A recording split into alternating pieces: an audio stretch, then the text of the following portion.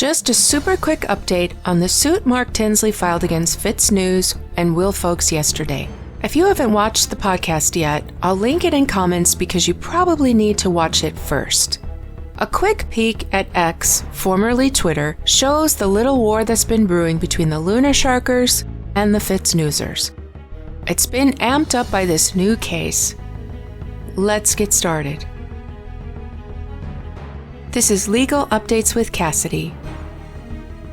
Will Folks responds not in court, but on Twitter. Welcome. To be clear, I'm Team No One in this battle between Fitz News and Luna Shark, because first of all, I'm not a fan of adult drama. Secondly, I don't know or care about the details of what went down between them all. I don't usually listen to other broadcasts because I want my podcast to be my own thoughts on the actual filings and hearings, and I'm afraid my opinion might be slanted by something that I might hear from someone else. Full disclosure, I do listen to Ann Emerson, Charlie Condon, and Drew Tripp on their podcast, but it's usually after I have finished a topic myself.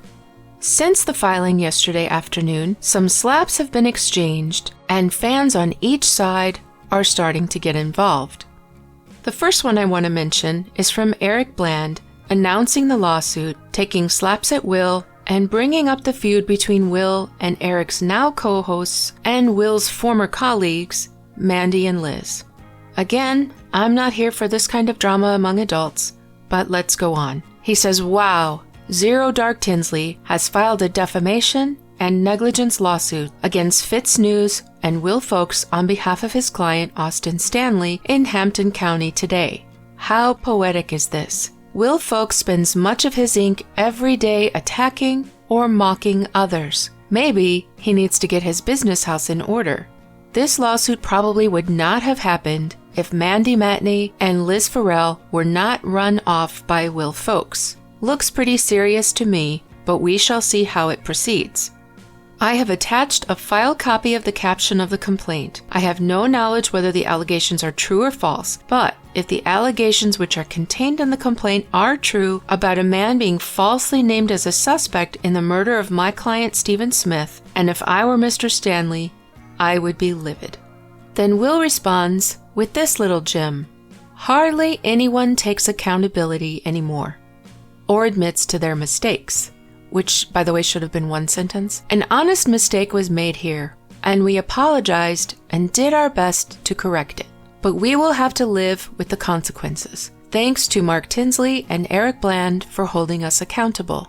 My issues with this statement are, first of all, this mention that an honest mistake was made here. Last night I put the email evidence from the case filing where Will responded to Austin Stanley's mother about this being the wrong picture.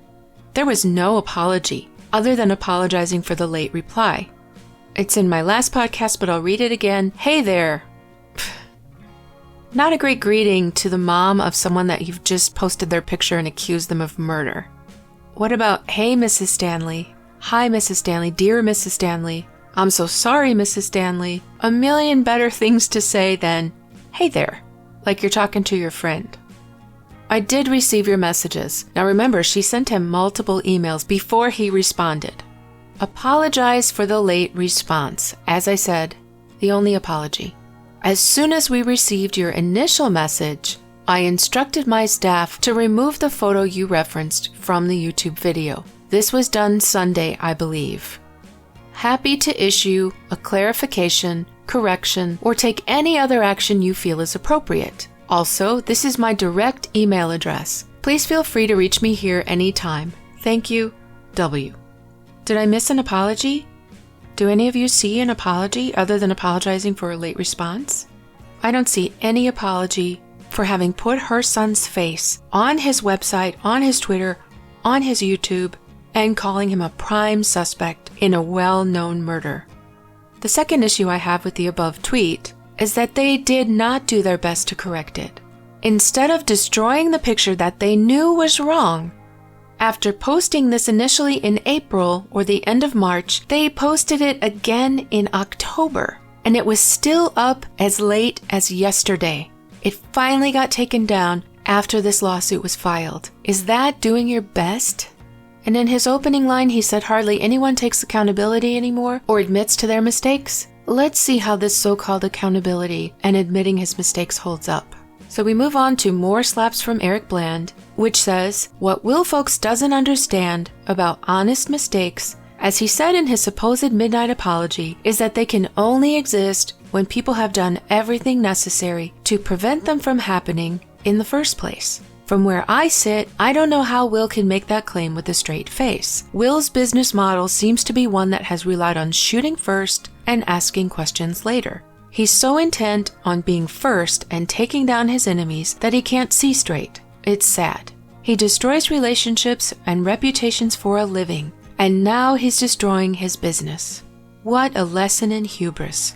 Also, I'd hardly call that taking accountability. He didn't say, we made a mistake. He said a mistake was made, as if it happened on its own. It's the thing people say when they want to look like they're manning up, but really they're ducking for cover. I think we can all agree that gaslighting so-called apologies like this one from Will are insincere, infuriating, and sickening. Imagine for a moment that you made a mistake like this, which we're all capable of doing, mind you, but how will you react? Personally, I would feel so utterly, horribly sorry. I would do a whole apology retraction video and would mention it every time I spoke on the topic. I would do whatever I could do to try to undo any harm I caused by putting someone's face up as a prime murder suspect on my account. This unapology to the victim's mom in that email and this social media unapology are sad and pathetic, in my opinion. But then it gets worse. Now, I can't say for sure, but it appears that a Fitz Newser comes in with this tweet that seems to say, well, everyone else is doing it, and posts an Eric Allen video from 2 years ago that had the same picture that Fitz News posted. This brought even more questions. For example, does that mean Will Folks grabbed this from Eric? What are the chances of two people coming up with the same wrong photo? Now, in Eric's description, he does have a disclaimer. Personally, I say that's not near good enough. Edit your video, or at the very least, change your thumbnail. This isn't hard. How can your views be more important than wrongly accusing someone of murder, for heaven's sake? This little disclaimer, a lot of people never read the description boxes of YouTube videos they watch. I know I don't. So here we have over 500,000 people saw this picture. How many of them read the disclaimer? Just edit your video. Now Mark, thinking that this person is actually trying to help him, poor guy, asked for a link. I looked it up and find that parts 3 to 5 on Eric Allen's channel, this one here being from part 5, they've been removed, so there's no link left on YouTube. I don't know when they were removed, if it was in response to this lawsuit or if it's something that he had taken down a while ago, but they are no longer on his YouTube channel. Which brings us to this beautiful lady's tweet where she found the source of the pictures and how they were confused. It's from Patrick Wilson's IG account. She's blocked out his face, but you can see the arrows pointing to the pictures of Austin Stanley, and you'll recognize especially the one on the top right to be the ones posted. So apparently they know each other enough for Austin Stanley to be on Patrick Wilson's Instagram account. But how careful you must be when you're out there collecting pictures off of someone's social media that you are in fact getting the right guy. And let me add that reputable news agencies never referred to Patrick Wilson as a prime suspect. All of them simply said, person of interest, as you see here. This is another very important point. So it's the wrong guy anyway, but the actual guy was never called prime suspect. He was called person of interest. But unfortunately, 2 years ago, Eric Allen found this photo, must have assumed it was Patrick, posted it on his video, where it was then shared by Will Folks and whoever else shared it from either of those guys' posts. But we're not done yet. Will, being so spurred on by what seems to be his supporters' tweet, he becomes even less likable with his next tweet that says, "That's the Luna Shark videographer, right?" Oh well, props to him for acknowledging it. He admitted his mistake too. These guys really have to see beyond their little squabble here and address the seriousness of what's happened. A guy has been falsely accused of being a prime suspect in a murder. Stop the side drama. As far as I know, Eric Allen has his own very successful channels, as in more than one, on multiple mediums. He's moved on from the Murdaugh stories and is making his own original content. It's insulting to call him anyone's videographer. He's his own business. He's his own videographer. Maybe they've used his footage in the past. I don't know. I don't know the details of this drama, but it's so infantile to direct this back at his former female colleagues as if they bear any responsibility for this. So much for accountability, Will. Pointing fingers at others has never gotten anybody out of anything. Now, as far as these mistaken pictures, can they claim honest mistake? Sure. Should you be more careful before posting a picture claiming it's a murder suspect? Absolutely no doubt. Can you claim it's an honest mistake when you're contacted by the mother, told it's incorrect, don't destroy the picture, and turn around 5 months later and post it again? Absolutely not. I have a feeling this story will be evolving in all kinds of ways, and I'll do my best to keep you updated. Till then, this is Cassidy O'Connell saying stay well and stay tuned.